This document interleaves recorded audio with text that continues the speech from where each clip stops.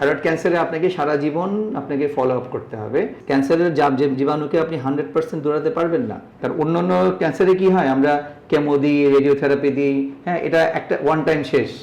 হ্যাঁ, এখানে কিন্তু ওয়ান টাইম শেষ না।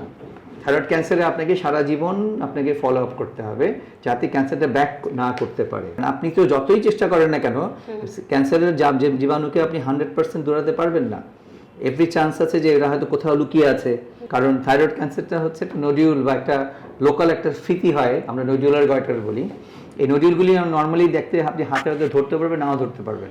হয়তো আলট্রাসোনোগ্রাম করে ধরা পড়লো, আপনি হয়তো হাতে ডাক্তারও হয়তো পাবে না, ডাক্তার নিচেও হয়তো দেখা যাবে যে হাত দিয়ে কোনো নডিউল পাচ্ছে না। আলট্রাসোনোগ্রাম করলেও দেখা গেল একটা নডিউল। এই নডিউলের যে আপনার ক্যারেক্টার সেটাই বলে দিবে এটা ক্যান্সার হওয়ার চান্স আছে কিনা। প্রসেসটা হচ্ছে প্রথমেই আপনাকে একটা আলট্রাসোনোগ্রাম করতে হবে। করলে আপনি দেখবেন যে একটা হয়তো লোকাল কোনো একটা টিউমার আছে থাইরয়েডের মধ্যে। নর্মালি মাল্টিনোডুলার গটার থেকে ক্যান্সার হওয়াটা খুব আনইউজুয়াল।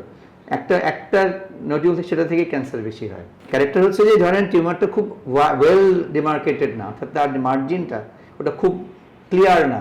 আপনার 90% হচ্ছে কিন্তু বেনাইন, 10% সুযোগ আছে বা সম্ভাবনা আছে ম্যালিগনেন্সি হওয়ার। ফলে মেজরিটি অফ দ্য নডিউল কিন্তু বেনাইন, শুধুমাত্র একটা স্বল্প পরিমাণের হচ্ছে ক্যান্সার। সেটার মধ্যে আবার হচ্ছে 90% হচ্ছে পিএসি, অর্থাৎ প্যাপিলারি, যেটা সবচেয়ে ভালো ক্যান্সার যেটা।